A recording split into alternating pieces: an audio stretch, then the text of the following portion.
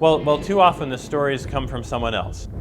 So we want the stories to come from the whole team. Well, how do you get a whole team of people to work on a set of stories? So a story brainstorming session is a way to start with nothing and come out with a set of user stories that can form the basis for a backlog for one or more features.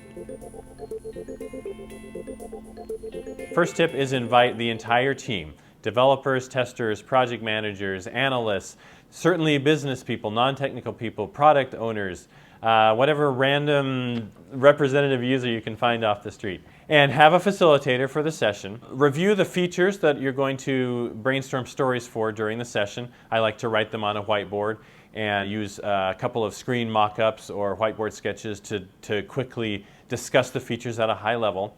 Then you want to break people into small groups for the actual brainstorming exercise. No more than 2 to 4 people per group. Give each group a set of index cards and pens, one idea per card for a user story. And set a time limit. I think 10 minutes is a good time limit for an initial brainstorming exercise. And the instructions are, I want each group to brainstorm as many user stories as they can in this 10 minutes around the features you've been assigned. Say on your mark, get set, go.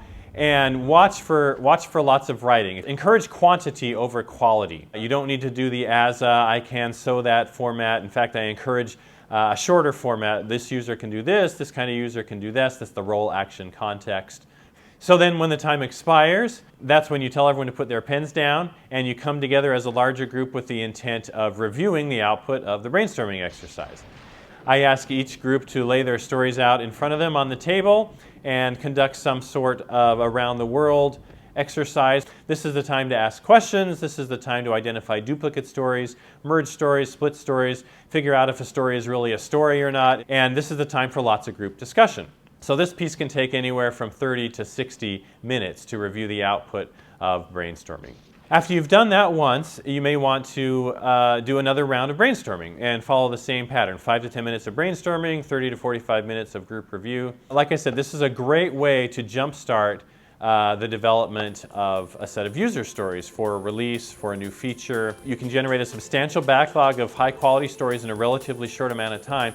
And more importantly, these will be stories that are owned and understood by the whole team.